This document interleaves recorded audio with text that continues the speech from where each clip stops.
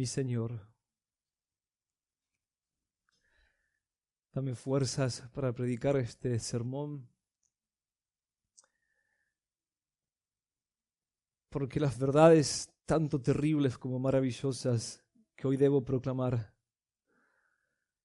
son demasiado grandes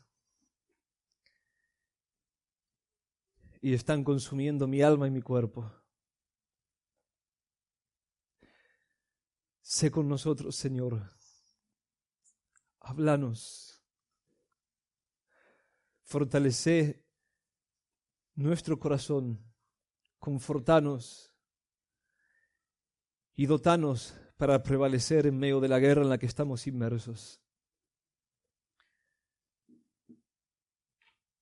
Oh Santo Espíritu, tu viento sople sobre nosotros. Tu viento sople sobre nosotros. Amén. Hermanos, cuando nosotros miramos a nuestro alrededor, el estado de cosas que están sucediendo, realmente, si somos lo suficientemente justos, vamos a sentirnos desfallecer. El panorama internacional es cada vez más y más oscuro. Los musulmanes dicen, y creo que con razón, que Europa les pertenece. Creo que el juicio de Dios cayó sobre Europa y su tierra fue entregada al Dios Alá. El 50% de la población de Holanda, un país que fue reformado por mucho tiempo, el 50% de la población de Holanda pertenece a musulmanes, son musulmanes. La ciudad de Marsella, que fue una de las más hermosas a nivel cultural, ciudades de Francia, hoy casi es Marruecos. Las estadísticas, simplemente los números fríos, esto es lo que los números fríos dicen. Las estadísticas dicen que de acá a un cuarto de siglo Europa desaparecerá y los musulmanes se apoderarán de las riquezas y del poder de Europa y lo usarán para promover la adoración a su propio Dios. Ahora, cuando nosotros miramos a América en general, el cuadro no es menos desalentador. La ideología de género está haciendo estragos entre nosotros. La ideología de género, cuyo fin es destruir lo que queda de la imagen de Dios en el hombre, está haciendo estragos entre nosotros.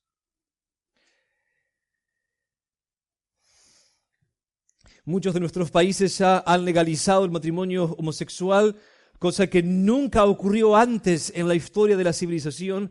Este es un paso en contra de la ley de Dios escrita en nuestra conciencia que ninguna civilización se atrevió a dar en toda la historia de la humanidad.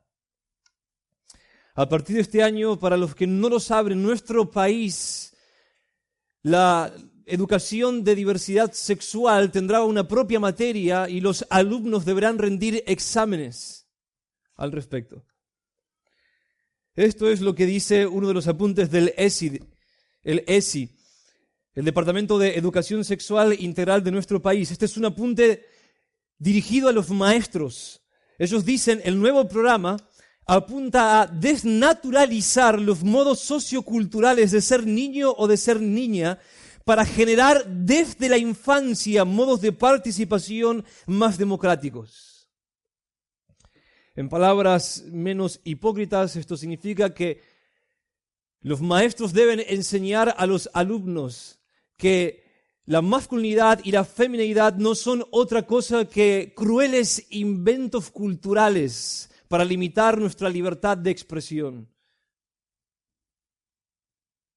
Ideas retrógradas que ya fueron claramente desenmascaradas y condenadas por la ley.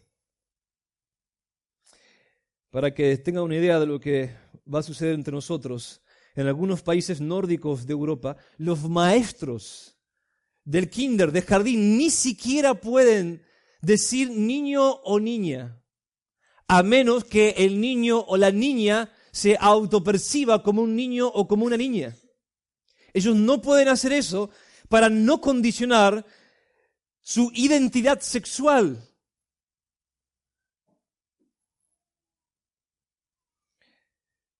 Los maestros deben hacer jugar a los niños al matrimonio homosexual para que aprendan a asimilar la verdad, según ellos. Y los niños son animados a explorar diferentes identidades sexuales hasta llegar a alguna definición, si es que alguna vez llegan.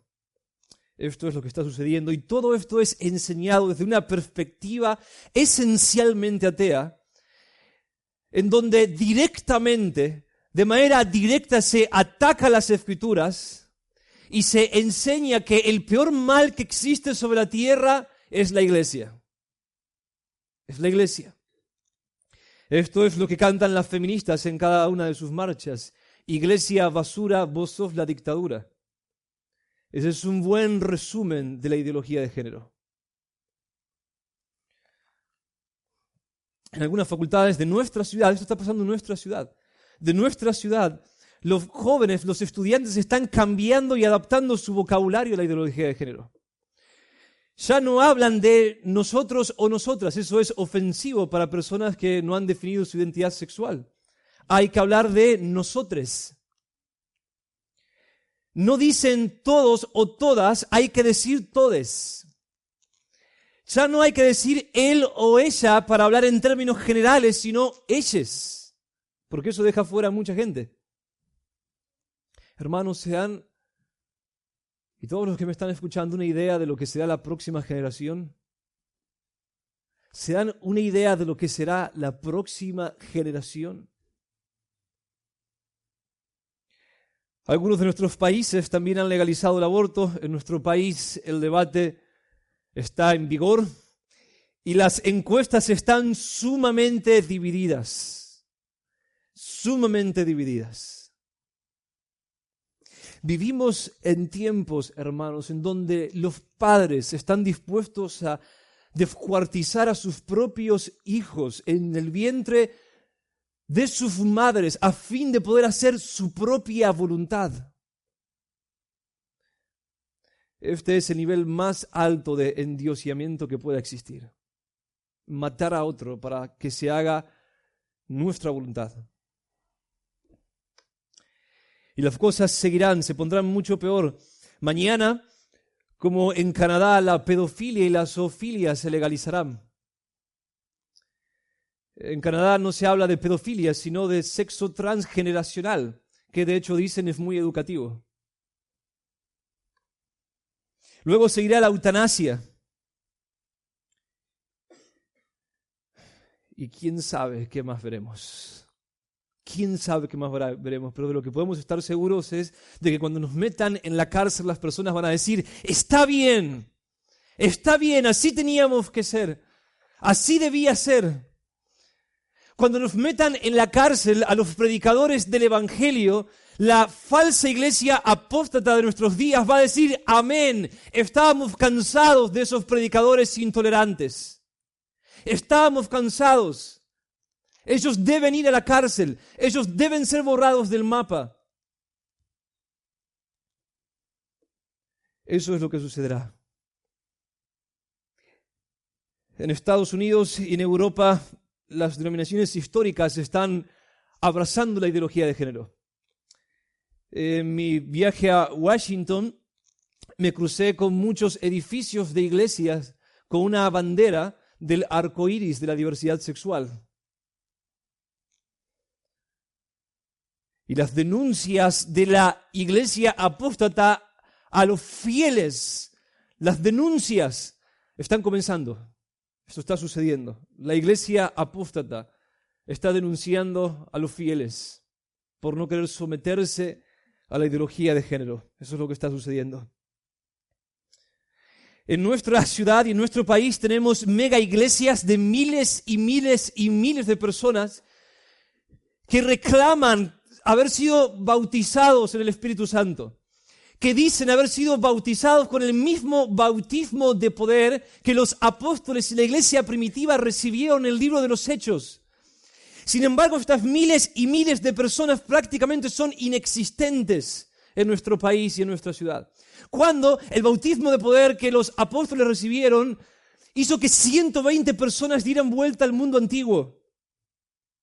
Evidentemente no estamos hablando del mismo bautismo ni del mismo Espíritu Santo. Miles y miles de personas se reúnen cada domingo para adorar a un falso Cristo, a un Dios que no es Dios. Lo mejor que podríamos hacer con el evangelismo contemporáneo es lo que dijo Leonard Ravenhill: ponerlo todo sobre un barco, enviarlo a alta mar, prenderlo fuego y cantar el Agnus Dei mientras se aleja de nosotros.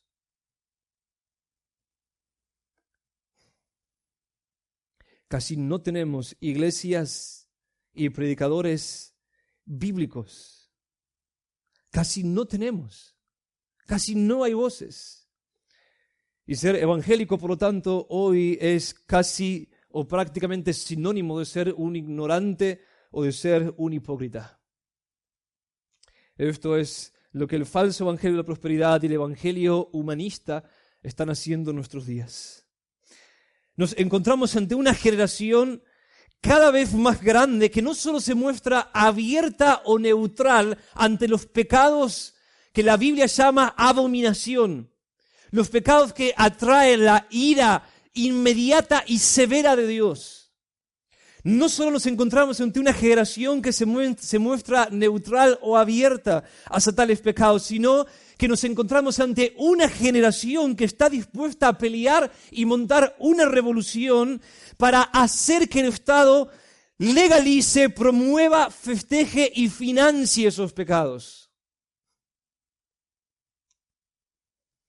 Hermanos, a Satanás le llevó muchas generaciones llevar la humanidad a este punto y podemos estar seguros de que él no se volverá atrás. Él recibió poder para hacer lo que está haciendo. Su propósito es destruir lo que queda de la imagen de Dios en el hombre hasta formar completamente su imagen en el hombre.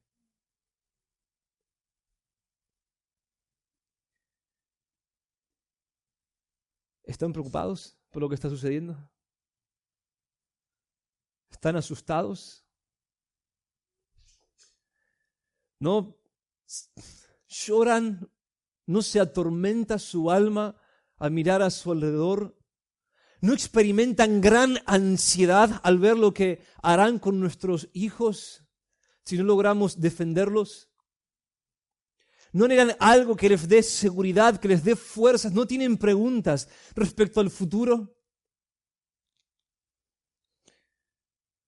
Yo creo que sí.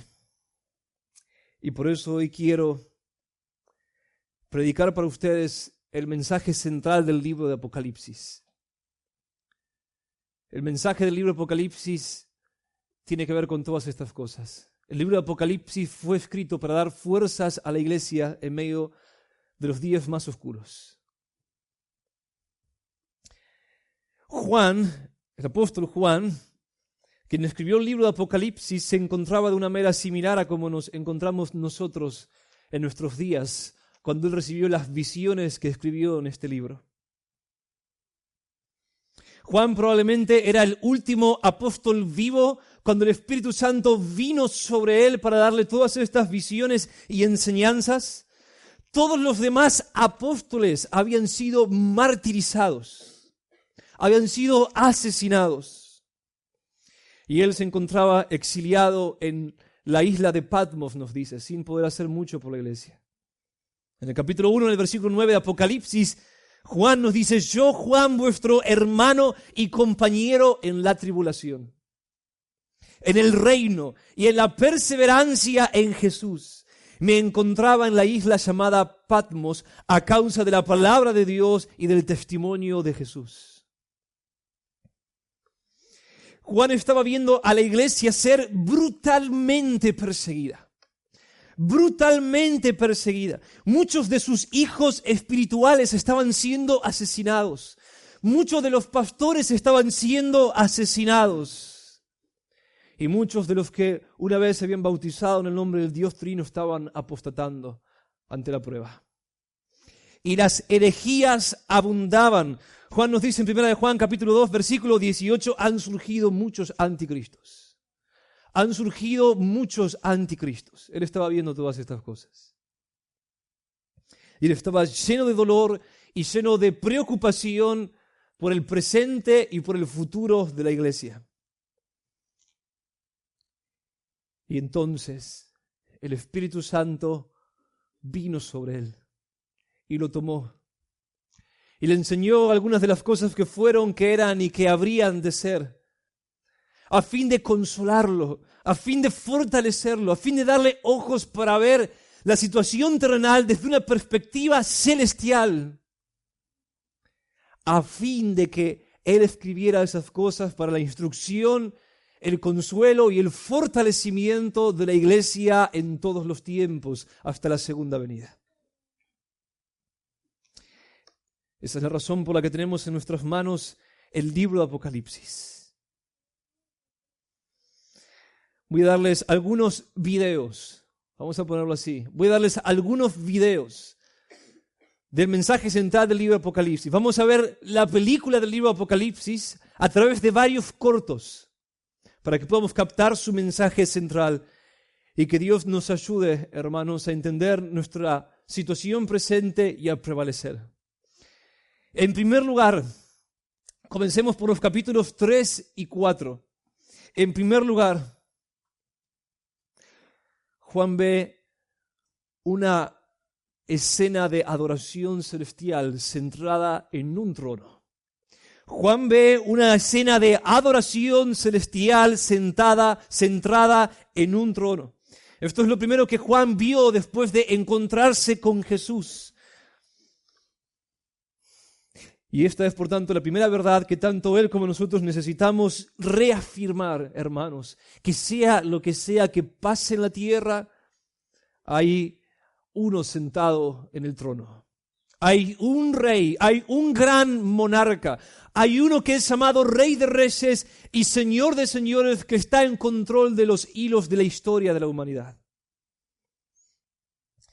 Versículos 1 en adelante del capítulo 4. Después de esto miré y vi una puerta abierta en el cielo. Después de esto miré y vi una puerta abierta en el cielo. Y la primera voz que yo había oído como sonido de trompeta que hablaba conmigo decía: sube acá, y te mostraré las cosas que deben suceder después de estas. Al instante estaba yo en el Espíritu y vi un trono colocado en el cielo, y a uno sentado en el trono. Y el que estaba sentado era de aspecto semejante a una piedra de jaspe y sardio, y alrededor del trono había un arco iris, de aspecto semejante a la esmeralda. Y alrededor del trono había 24 tronos, y sentados en los tronos 24 ancianos vestidos de ropas blancas, con coronas de oro en la cabeza. Del trono salían relámpagos, voces y truenos, y delante del trono había 7 lámparas de fuego ardiendo, que son los 7 espíritus de Dios. Delante del trono había como un mar transparente semejante al cristal, y en medio del trono y alrededor del trono 4 seres vivientes llenos de ojos por delante y por detrás. El primer ser viviente era semejante a un león, el segundo ser era semejante a un becerro, el tercer ser tenía el rostro como el de un hombre, y el cuarto ser era semejante a un águila volando.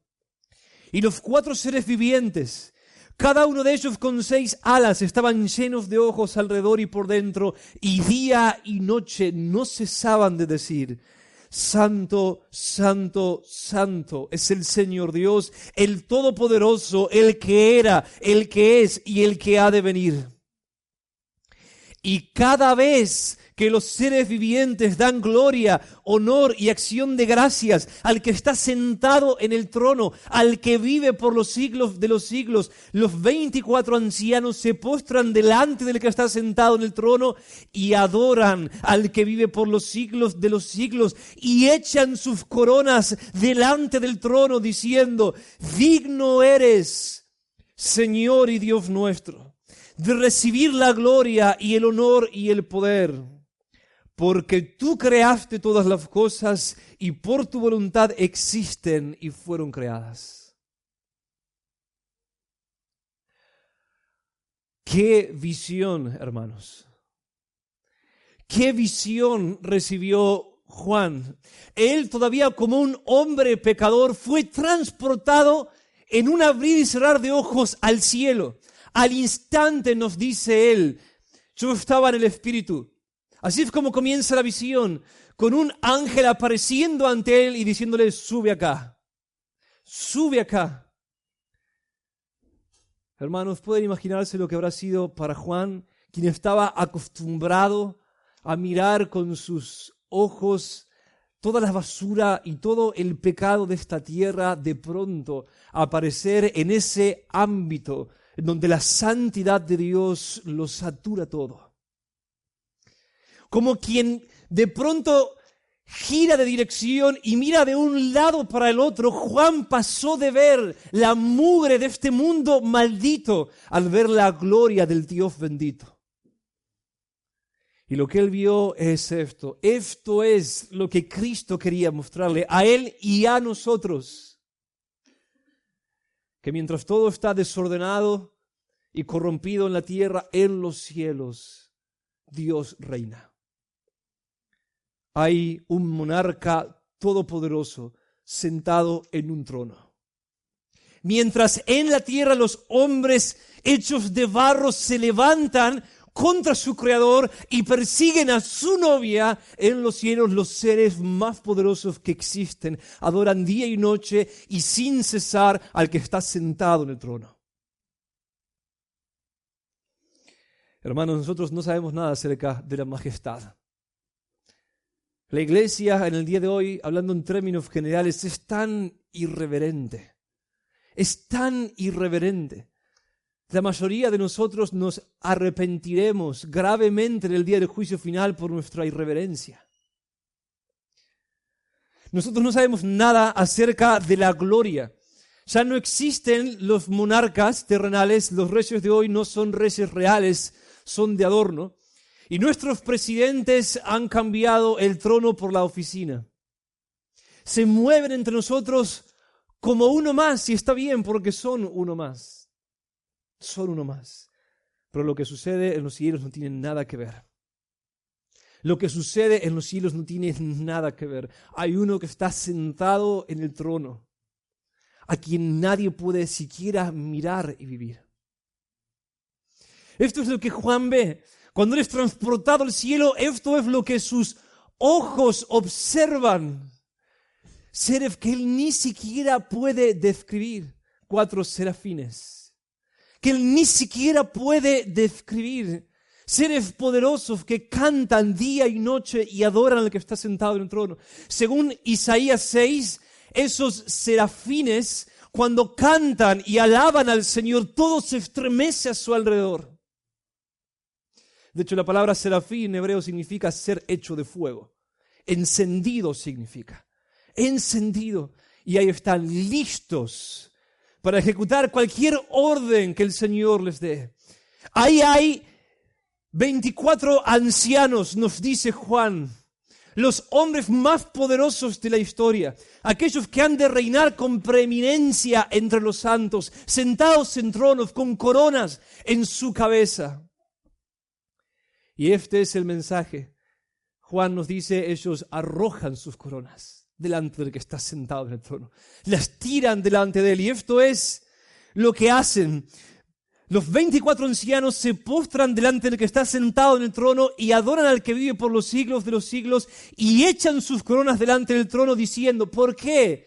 ¿Por qué los reyes de los reyes en los cielos, los más poderosos, los hombres más importantes, porque ellos arrojan sus coronas delante del que está sentado en el trono?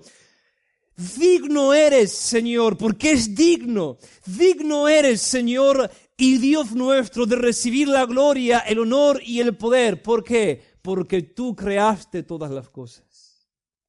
Y por tu voluntad existen y fueron creadas. Ellos adoran a aquel que antes de Génesis capítulo 1, versículo 1, existía en un estado de perfecta autosuficiencia. Y creó el mundo para su gloria y para su placer. Y Él no solamente creó el mundo, Él es el rey de este mundo. Él es el legislador de este mundo. Y Él es también quien está en control de este mundo y hará justicia. Él hará justicia. Esto es lo primero que Juan debía ver. Esto es lo primero que él debía ver. No puedo imaginarme cómo Juan se sintió. En Isaías 6, cuando apenas ve el borde del manto de Dios sentado en su trono, Él cubre sus ojos, tal y como los serafines lo estaban haciendo mientras alababan y dicen: ay de mí que soy muerto, porque han visto mis ojos al Rey, el Señor de los ejércitos. Si pudiéramos entrar de pronto en esa escena, nosotros veríamos, y uso esta palabra en un sentido muy positivo, una pompa espectacular. Una pompa espectacular. Nos encontraríamos con millones y millones de ángeles, seres que pueden manipular los elementos básicos de esta tierra de maneras que casi no podemos ni sospechar. Seres poderosos que podrían destruir nuestro planeta en una hora. Millones de ellos adorando al que está sentado en el trono, pero todavía muy lejos. Más cerca, a millones de kilómetros de distancia, nosotros nos encontraríamos con 24 ancianos, sentados en sus tronos. Después, siendo más cerca, nos encontraríamos con los serafines. Y llegando a ese punto, alguien seguramente nos habría advertido: no levantes tus ojos del suelo. No levantes tus ojos del suelo, porque nadie tiene el derecho de mirar al que está sentado en el trono. Nadie puede verlo y vivir, porque su gloria es inaccesible, es infinita, es perfecta y es eterna.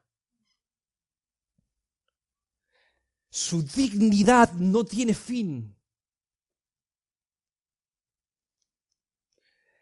Dios no está nervioso en su trono. Él no está ansioso, Él no está intimidado. Este es el mensaje: Él está siendo adorado por los seres más poderosos que existen. Y no hay coronas que se resistan al que está sentado en el trono. No hay coronas que se resistan al que está sentado en el trono. Hermanos, nosotros necesitamos esta verdad. En nuestros días, siempre. Pero mientras peor se pongan las cosas, nosotros necesitamos ver algo de lo que Juan vio. Necesitamos algo de esta verdad. No hay nada más importante que nosotros podamos hacer que adorar al que vive y reina, sin ansiedad y sin temor, sino con bendita jactancia en la autoridad del que está sentado en el trono. Ese es nuestro primer video. Hay un trono en los cielos. Segunda escena celestial: la ansiedad y las lágrimas. La ansiedad y las lágrimas. Capítulo 5, versículos 1 al 4. Dice Juan, nos sigue contando: y vi en la mano derecha del que estaba sentado en el trono un libro, escrito por dentro y por fuera, sellado con 7 sellos. Y vi a un ángel poderoso que pregonaba a gran voz: ¿quién es digno de abrir el libro y de desatar sus sellos? Y nadie, ni en el cielo, ni en la tierra, ni debajo de la tierra, podía abrir el libro ni mirar su contenido. Y lloraba yo mucho, porque nadie había sido hallado digno de abrir el libro ni de mirar su contenido. Y lloraba yo mucho, porque nadie era digno de tomar el libro en sus propias manos, dice Juan. El que está sentado en el trono debía entregar un rollo en el que estaba escrito lo que habría de suceder. Debía entregar un rollo a alguien que sea digno de tenerlo en sus manos, a alguien que sea digno de ser nombrado el Señor de la historia, a alguien que sea digno de tomar las riendas de la humanidad. Sin embargo, nos dice Juan, nadie fue hallado digno de tal honor. Ninguno de los 24 ancianos se paró, Ninguno de los serafines se paró, nadie se paró, nadie en la tierra fue hallado digno y nadie debajo de la tierra fue hallado digno. Y Juan nos dice, y lloraba yo mucho. No solamente lloraba, sino que lloraba mucho. ¿Por qué? Porque la historia de la iglesia, la que él tanto amaba, dependía de que alguien sea digno de tomar el rollo. La historia de la iglesia dependía de que alguien sea considerado digno de tomar el rollo. Pero nadie se levantaba. Juan ama a la iglesia y ve a su iglesia morir, lo está viendo desfallecer, los apóstoles están desapareciendo. Parecía como si el mal estuviese a punto de triunfar. Como si la oscuridad de pronto absorbería y devoraría la tierra completa. Estos son algunos de los mensajes desalentadores que él recibió en los primeros capítulos antes de ser transportado al cielo acerca de las iglesias más importantes de Asia. Jesucristo mismo le dice, la iglesia en Éfeso dejó el primer amor, y si no se arrepiente volveré pronto y les quitaré el candelero. La iglesia en Esmirna estaba bajo seria persecución por los judíos. Algunos estaban siendo echados en la cárcel, estaban sufriendo gran pobreza. La iglesia en Pérgamo estaba en gran peligro. Alguien ya había sido martirizado. Y algunos herejes estaban entrando en la iglesia y arrastrando una buena parte de ella hacia la condenación. En la iglesia en Tiatira, Jezabel estaba contaminando la iglesia con terribles herejías y el juicio de Cristo ya estaba cayendo sobre muchos. La iglesia en Sardis, la mayoría estaban pecando abiertamente, habían caído de una forma severa del liberalismo. Y Jesús dice que esta iglesia está muerta. Y hace su último llamado al arrepentimiento para ella. La iglesia en Filadelfia era una iglesia fiel, pero Jesús informa que débil, fiel pero débil, y estaba sufriendo persecución por parte de los judíos. Y la iglesia en la Odisea se encontraba en tibieza mortal, y Jesús dice que esta iglesia le da náuseas y que pronto la vomitará de su boca si no se arrepiente. Una vez más, ¿qué iba a suceder con la iglesia? Esa era la pregunta de Juan. ¿Qué iba a pasar con la iglesia? ¿Qué sería del futuro de la iglesia? Hermanos, ¿alguna vez oraron a gritos con una angustia dominante por alguna situación, por algunos hermanos, por alguna iglesia? Recuerdo 2 episodios así muy extremos en mi vida. Recuerdo unos falsos maestros habían entrado a la iglesia, estaban engañando a muchos de los que yo más amaba. Muchos hermanos por quienes yo daría mi vida con gozo. Y estos falsos maestros estaban engañando a muchos y una persecución comenzó. Una guerra se desató. Y la iglesia fue esparcida y no sabía qué hacer y tantas cosas estaban pasando. Y yo recuerdo una noche, nuestras almas estaban tan cargadas, que simplemente oramos, comenzamos proponiendo tener un tiempo de oración para pedir al Señor dirección, y esa se convirtió en el libro de Lamentaciones para nosotros. Simplemente no pudimos dejar de orar y de clamar y de gritar y de tirarnos al suelo y de revolcarnos delante del Señor a causa de nuestro dolor. No podíamos dejar de interceder, no podíamos dejar de luchar contra el Señor, pidiendo que protegiera a su iglesia. Así es como Juan estaba, y lloraba yo mucho, porque nadie tomaba el libro. Nadie era hallado digno de tomar el libro, y si nadie lo tomaba, la iglesia perecería. Y entonces es cuando Juan ve, y así llegamos a nuestra tercera escena celestial, la seguridad de la victoria de la iglesia. Él ve para la iglesia un futuro mejor. Eso es lo que Él ve, un futuro mejor. Versículos 5 al 10 de Apocalipsis capítulo 5. Entonces uno de los ancianos me dijo, no llores. No llores. Mira, el león de la tribu de Judá, la raíz de David, ha vencido para abrir el libro y sus 7 sellos.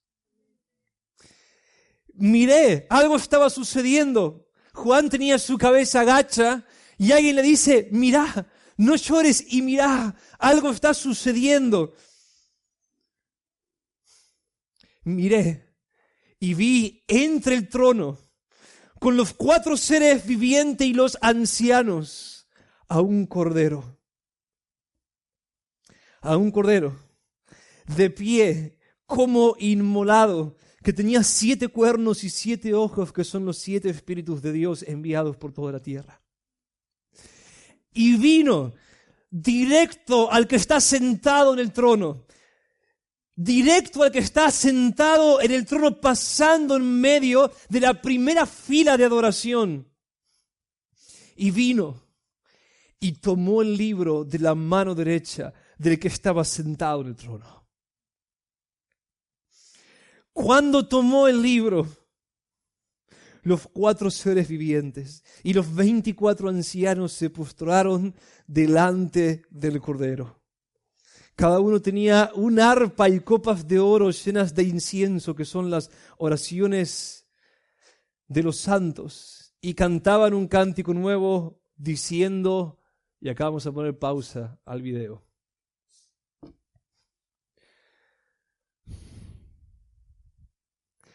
Traten de sentir esta escena. ¿Alguna vez vieron un grupo de personas o un país entero aguardando un solo momento?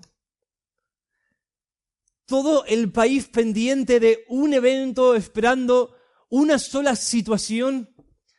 Creo que quizás lo más parecido que vimos en nuestro país a esto es el Mundial de 78. Cuando toda la gente, todo el pueblo estaba esperando la final, ¿no? Nosotros no sabemos lo que es eso. Acá tenemos al cielo mismo deteniéndose, nos dice Juan.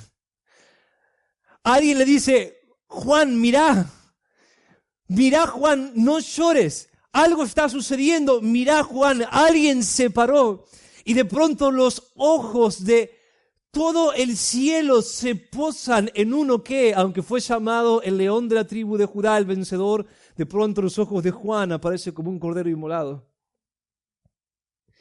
Y de pronto todos, la vista de todos se posa en ese cordero león que separa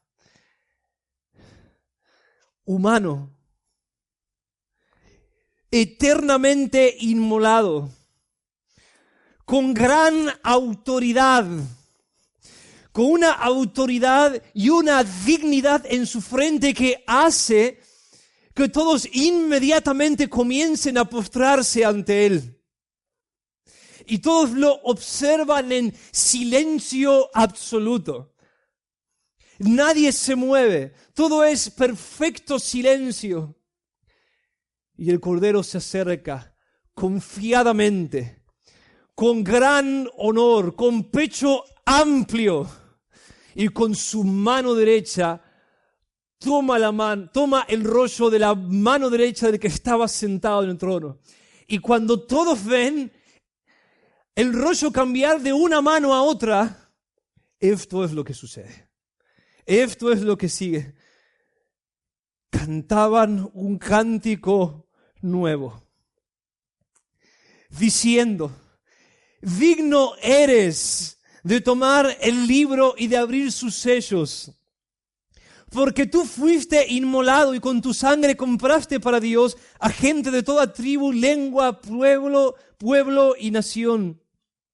Y los has hecho un reino y sacerdotes para nuestro Dios, y reinarán sobre la tierra. Y vean lo que sucede a continuación. Esto es la escena inmediata. Esto es lo que hacen los 24 ancianos y los serafines. Pero entonces algo sucede. La ola expansiva de adoración comienza a aumentar. Y esto es algo nuevo, es un cántico nuevo. Miré, dice Juan, es decir, aparté mis ojos del trono hacia otra dirección, miré y oí la voz de muchos ángeles alrededor del trono, y de los seres vivientes, y de los ancianos. Y el número de ellos era miríadas de miríadas y millares de millares. De pronto, una multitud incontable de ángeles se acerca al trono, aparecen repentinamente y comienzan a cantar y decían a gran voz. Y créanme, ningún trueno se compara con lo que Juan escuchó. Y esto es lo que los ángeles decían a gran voz: el Cordero que fue inmolado, digno es recibir el poder, las riquezas, la sabiduría, la fortaleza, el honor, la gloria y la alabanza. Esto es lo que Él recibió cuando Él tomó el trono. Él fue convertido en el Señor de la humanidad. A partir de ese momento, el mundo fue destinado a confesar el nombre del Cordero. Toda rodilla se habría de postrar ante Él y Él habría de ejercer su dominio sobre la creación. Y la ola expansiva sigue más. Y se desborda del trono hacia el resto de la creación. Versículo 13. Y a toda cosa creada que está en el cielo, sobre la tierra y debajo de la tierra, y en el mar, y a todas las cosas que en ellos hay, oí decir al que está sentado en el trono y al Cordero, sea la alabanza, la honra, la gloria y el dominio por los siglos de los siglos. Y los 4 seres vivientes decían amén, y los ancianos se postraron y adoraron. ¿Saben qué es lo que Juan vio? Una profecía. Toda la tierra, todo lo que hay en los cielos y en la tierra y debajo de la tierra habría de postrarse y adorar al Cordero porque Él es digno. Eso es lo que Juan vio. Todo lo creado adorando al Cordero. Y hermanos, ¿qué hace que Jesús sea digno? ¿Qué hace que el león Cordero sea digno de reinar?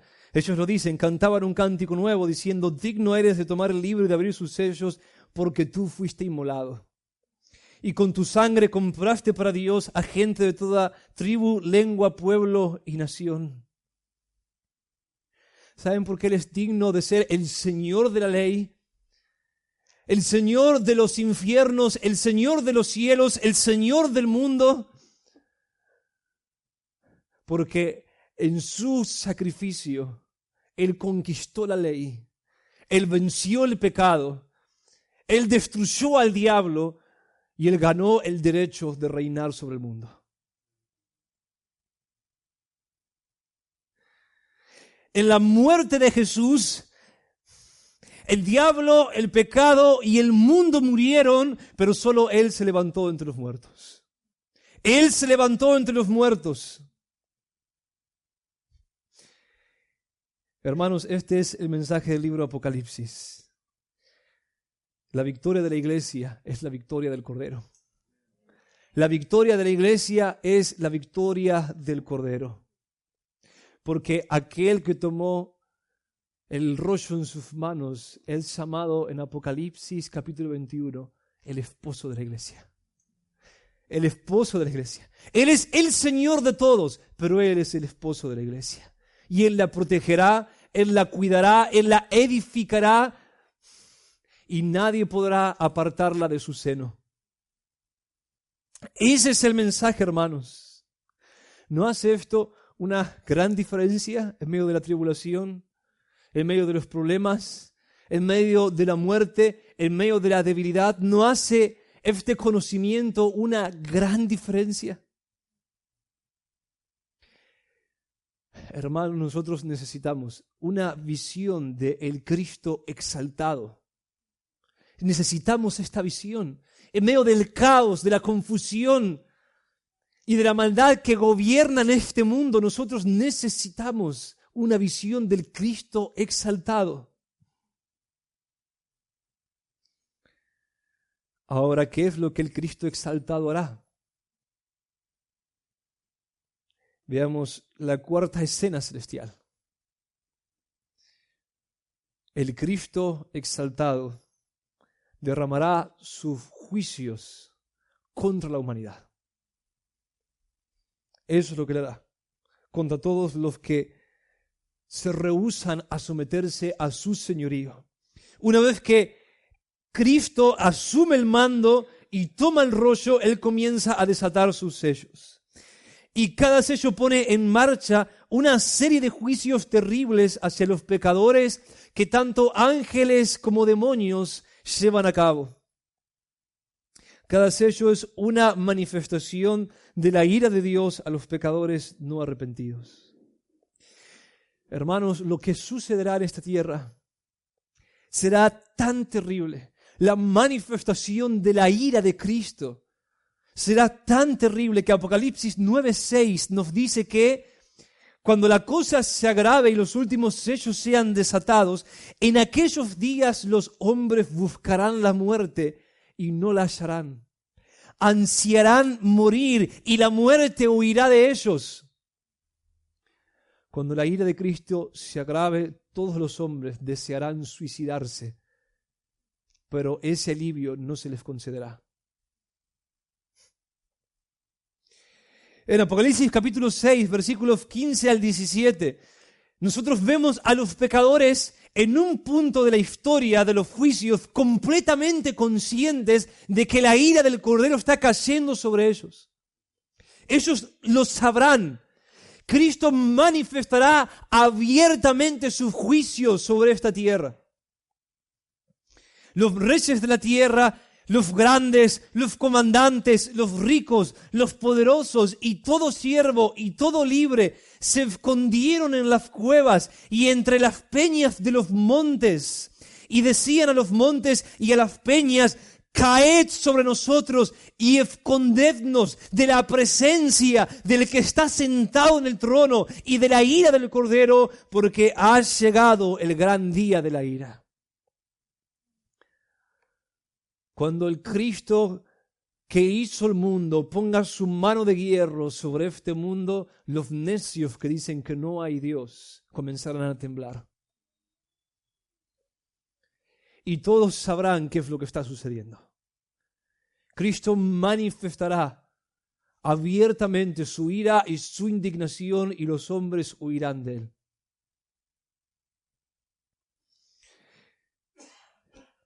Teniendo en mente el final del final, Jesús dice en Mateo capítulo 24, versículo 22, si aquellos días no fueron acortados, nadie sobreviviría. Pero por causa de los escogidos, aquellos días serán acortados. Si aquellos días no fueran acortados, nadie sobreviviría. Oh, hermanos, la ira del Cordero será terrible. Este mundo será convertido en el infierno antes de que los pecadores no arrepentidos sean lanzados al lago de fuego y azufre. Y sin embargo, escuchen muy bien, aún así los pecadores no se arrepentirán. No se arrepentirán, sino que declararán abiertamente la guerra al Cordero, aliados con Satanás.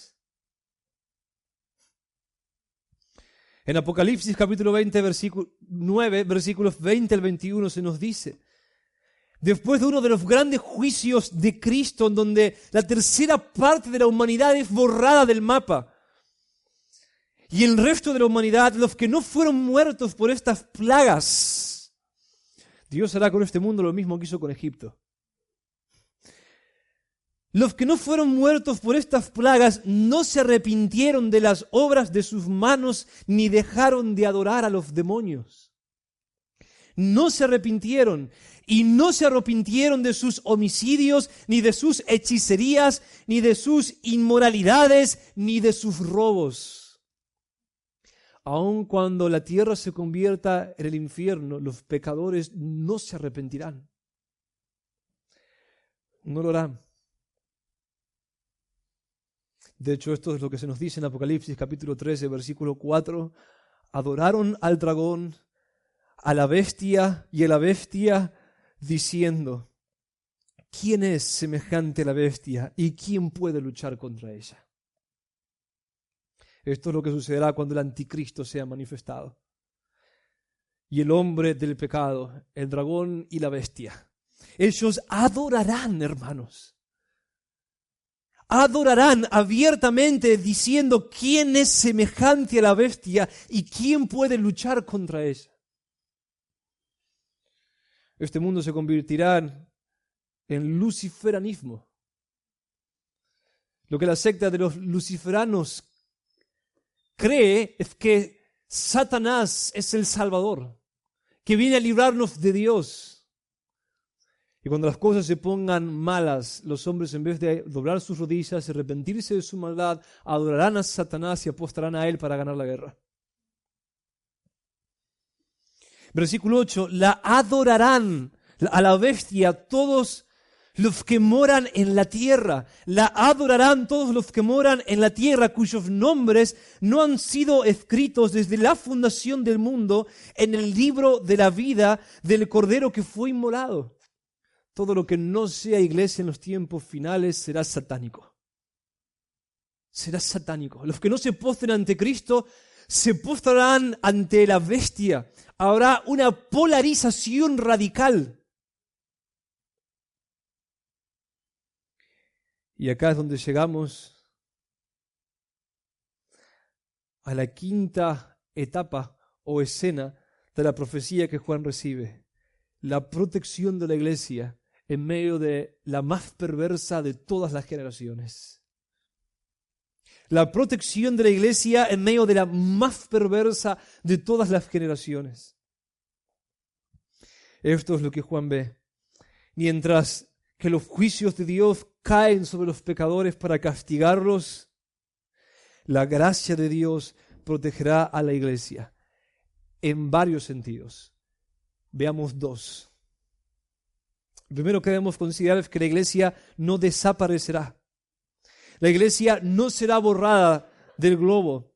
A pesar de todo el odio y la furia y la persecución que se desatarán contra nosotros, la iglesia permanecerá. Habrá heredad del Señor hasta el día final. La iglesia prevalecerá. La iglesia nunca se extinguirá, nunca dejará de ser. Y escuchen esto, mis hermanos. Mientras más y más se multiplique la maldad, Dios dará más y más poder a la iglesia para vencer la maldad. Mientras más oscuro sea el mundo, más resplandeciente será la iglesia. Y así como la última generación previa a la segunda venida será la más perversa y satánica de todas, la última iglesia será la más poderosa y la más fiel y la más rica de todas las edades. Habrá un gran avivamiento en los tiempos finales.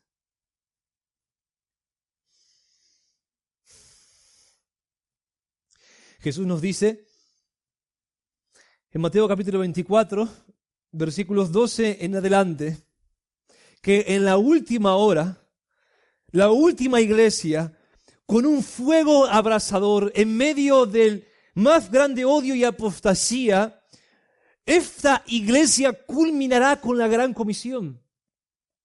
Terminarán con la gran comisión. Llegarán hasta la última tribu y lengua de la tierra. Debido al aumento de la iniquidad, nos dice Jesús, en los últimos tiempos la iniquidad se multiplica. Debido al aumento de la iniquidad, el amor de muchos se enfriará. Perderán el afecto natural. Y este evangelio, y en medio de esa generación, y este evangelio del reino se predicará en todo el mundo como testimonio de las naciones, y entonces vendrá el fin. Y entonces vendrá el fin. La última iglesia en medio del hielo de la peor maldad, con un fuego más grande, prevalecerá y predicará el evangelio a todos los hombres de todas las lenguas, tribus y nación. Eso es lo que sucederá.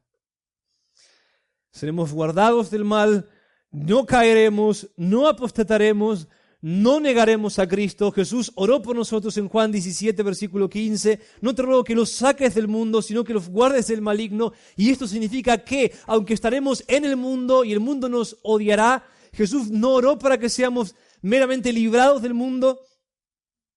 En medio de las dificultades y del sufrimiento venceremos la tentación y cumpliremos con lo que queda de la misión. Eso es lo que significa.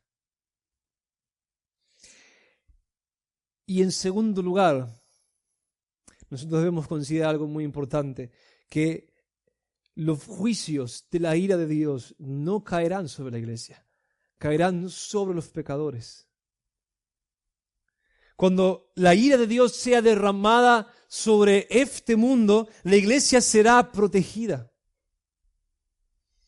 En Apocalipsis capítulo 7, versículos 2 y 3, Juan ve lo siguiente: y vi a otro ángel, esto es en medio del desatamiento de los 7 sellos, y vi a otro ángel que subía de donde sale el sol y que tenía el sello del Dios vivo, y gritó a gran voz a los 4 ángeles a quienes se les había concedido hacer daño a la tierra y al mar, diciendo: no hagas daño ni a la tierra, ni al mar, ni a los árboles, hasta que hayamos puesto un sello en la frente a los siervos de nuestro Dios. No toques nada hasta que los siervos del Señor sean sellados. Apocalipsis capítulo 9, versículo 4. Se les dijo otra vez, más adelante, mientras los juicios avanzan, se les dijo a los ángeles que no dañaran la hierba de la tierra, ni ninguna cosa verde, ni ningún árbol, sino solo a los hombres que no tienen el sello de Dios en la frente. Versículo 6. No, versículo 6. Que dañaran a los hombres, pero que no dañaran a los que tienen el sello de Dios en su frente. Un sello cumple diversas funciones, sirve para indicar propiedad, autenticidad e impedir alteración. Sirve para indicar propiedad, autenticidad e impedir alteración. Hermanos, los escogidos estamos sellados. Y eso significa que los ángeles y demonios que sean enviados por Cristo para hacer daño a esta tierra no nos tocarán. ¿No significa que no sufriremos persecución por parte del mundo? Sí, sufriremos el odio del mundo, pero la ira de Cristo no caerá sobre nosotros. Seremos protegidos, mientras Cristo los castiga a ellos por levantarse contra nosotros.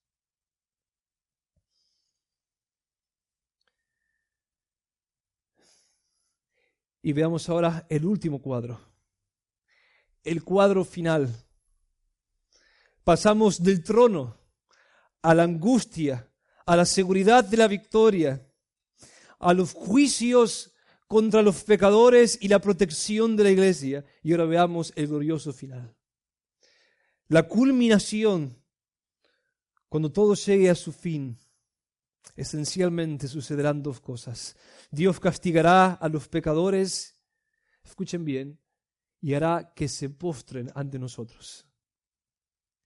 Dios castigará a los pecadores y hará que se postren ante nosotros. Apocalipsis capítulo 14, versículos 9 en adelante: si alguno adora a la bestia, beberá del vino del furor de Dios, que está preparado puro en el cáliz de su ira. Será atormentado con fuego y azufre, y el humo de su tormento sube por los siglos de los siglos. Cuando la paciencia de Dios se agote y los pecadores no arrepentidos hayan llegado hasta el más grande de todos los extremos, ellos serán arrojados al lago de fuego y azufre. Pero entonces sucederá algo más.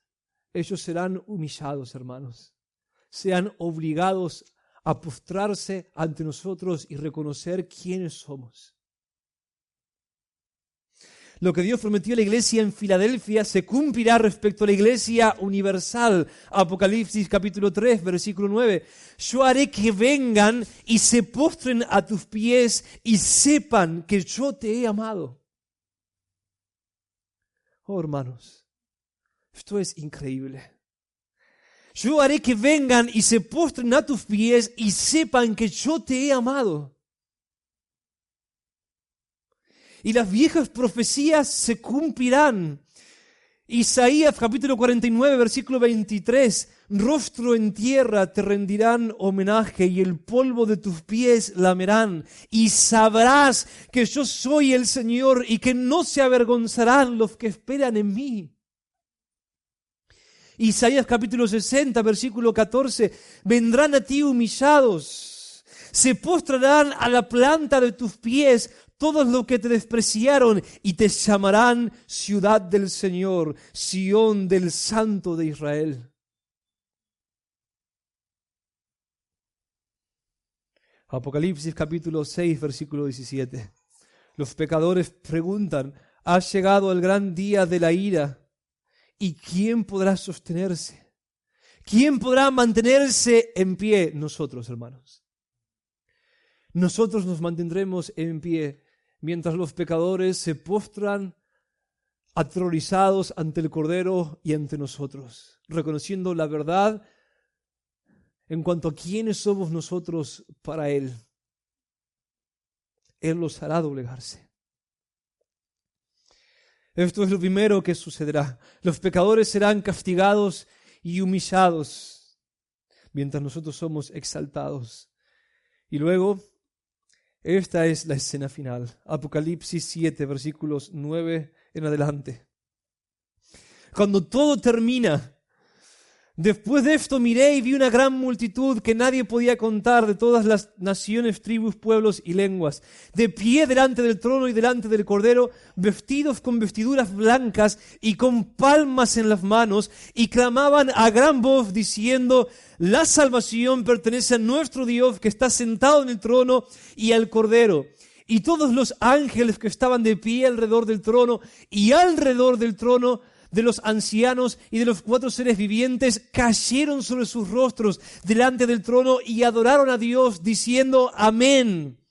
La bendición, la gloria, la sabiduría, la acción de gracias, el honor, el poder y la fortaleza sean a nuestro Dios por los siglos de los siglos. Amén. Y uno de los ancianos habló diciéndome: estos que están vestidos con vestiduras blancas, ¿quiénes son y de dónde han venido? Y yo le respondí: Señor mío, tú lo sabes. Y él me dijo: estos son los que vienen de la gran tribulación. Y han lavado sus vestiduras y las han emblanquecido en la sangre del Cordero. Por eso están delante del trono de Dios y les sirven día y noche en su templo. Y el que está sentado en el trono extenderá su tabernáculo sobre ellos. Ya no tendrán hambre ni sed, ni el sol los abatirá, ni calor alguno, pues el Cordero está en medio del trono y los pastoreará y los guiará a manantiales de aguas de vida. Y Dios enjugará toda lágrima de sus ojos. Hermanos, si ustedes ven algo de lo que Juan vio, sin importar qué les pase, no les faltarán las fuerzas. Sin importar qué tengamos que vivir, hermanos, qué tengamos que enfrentar, sin importar qué tan horribles sean los monstruos que se levanten contra nosotros, si nosotros entendemos esta verdad, si entendemos lo que está dicho y profetizado y asegurado con sellos respecto a nosotros, no nos faltarán las fuerzas, no nos faltará el coraje, no nos faltará la compasión y la valentía. Oh, hermanos, reinaremos para siempre con Cristo sobre esta tierra glorificada. De acá a un poco de tiempo ya no habrá más dolor, ni llanto, ni nada. Esta es mi aplicación, por tanto, para nosotros, hermanos. No nos arrodillemos. En la medida en que el anticristo tome más y más autoridad y se haga más y más visible, y en la medida en que el mundo nos odie y se levante contra nosotros, y nos pidan que renunciemos a nuestro Señor, cueste lo que nos cueste, nos cueste, no nos arrodillemos, no nos postremos, permanezcamos de pie, estemos quietos y miremos lo que el Señor va a hacer. En Apocalipsis capítulo 14, versículos 1, 4 y 5, se nos describe quiénes son los que tienen el sello. ¿Quieren saber si están sellados, hermanos? ¿Quieren saber quiénes de entre ustedes han sido sellados para ser guardados del mal que estaba viniendo? Ellos tenían el nombre de Él, de Cristo, y el nombre de su Padre escrito en su frente. ¿Saben lo que significa esto? Nuestros pensamientos son nuestro sello. Nuestra mentalidad, lo que pensamos acerca de Cristo. Estos son los que no se han contaminado con mujeres, pues son castos. Estos son, vean bien, los que siguen al Cordero a donde quiera que va. Ellos son los que siguen al Cordero a donde quiera que va. Aquellos que no se niegan a entrar con Cristo en el valle de sombra de muerte. Aquellos que no se niegan a ir con Cristo al campo misionero. Aquellos que no se niegan a ir con Cristo por las calles. Aquellos que no se niegan a ir con Cristo a la batalla. Los que siguen al Cordero incondicionalmente. Los que lo obedecen incondicionalmente. Ellos han sido rescatados de entre los hombres como primicias para Dios y para el Cordero. En su boca no fue hallado engaño, están sin mancha. En Apocalipsis capítulo 12, versículo 11, los que tienen el sello son los que no amaron sus vidas, llegando hasta a sufrir la muerte. O podemos traducir el griego de esta manera, los que no amaron sus vidas tanto como para evitar la muerte. Los que fueron fieles hasta el final. Hermanos, creo que el Señor nos dice lo que Él dijo a la iglesia en Filadelfia, en capítulo 3, versículo 11. Vengo pronto. Retén firme lo que tienes para que nadie tome tu corona. Familia de la gracia. Retén firme lo que tienes para que nadie tome tu corona. Pero antes de terminar, yo sé que hay algunos que son como de la iglesia de Sardis entre nosotros, a quienes el Señor dice, Apocalipsis capítulo 3, versículos 2 y 3, ponte en vela y afirma las cosas que quedan, que estaban a punto de morir, porque no he hallado completas tus obras delante de mi Dios. No he hallado completas tus obras delante de mi Dios. Acuérdate, pues, de lo que has recibido y oído, guárdalo y arrepiente. Por tanto, si no velas, vendré como ladrón y no sabrás a qué hora vendré sobre ti. Acuérdate, pues, de lo que has recibido y oído, guárdalo y arrepiéntete. Son de la iglesia de Sardis, en esta iglesia, aquellos que no viven conforme a lo que han aprendido de las Escrituras y de este púlpito. Los tales, sus obras no son hallados completas delante de Dios. Arrepiéntanse antes de que el Señor venga a disciplinarlos. Y a todos los demás, a los que nunca invocaron el nombre de nuestro Señor, aquellos que no lo aman, esto es lo que el Señor dice para ustedes. Yo soy el alfa y la omega, el principio y el fin. Al que tiene sed, yo le daré gratuitamente de la fuente del agua de la vida. Así es como él cierra el libro de Apocalipsis. llamándolos a ustedes, los que tienen sed, a los que tengan sed de ser salvos, sed de ser perdonados, sed de ser rescatados, sed de ser cambiados. Vengan y gratuitamente, sin precio, sin tener que pagar nada, lávense en la sangre del Cordero. Laven sus manchas en la sangre del Cordero. Señor,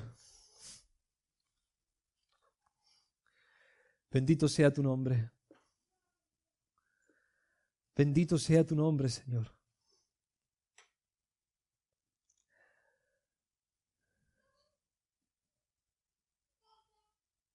Autentifica tu palabra en nuestro corazón y grabala para que nos dé sabiduría, dirección, esperanza, consuelo y fortaleza en medio de la prueba. Vos reinás, Señor. Vos reinás, Señor. Y nosotros queremos adorarte hasta la muerte, porque después de la muerte, Señor, estaremos siempre en tu templo. Amén.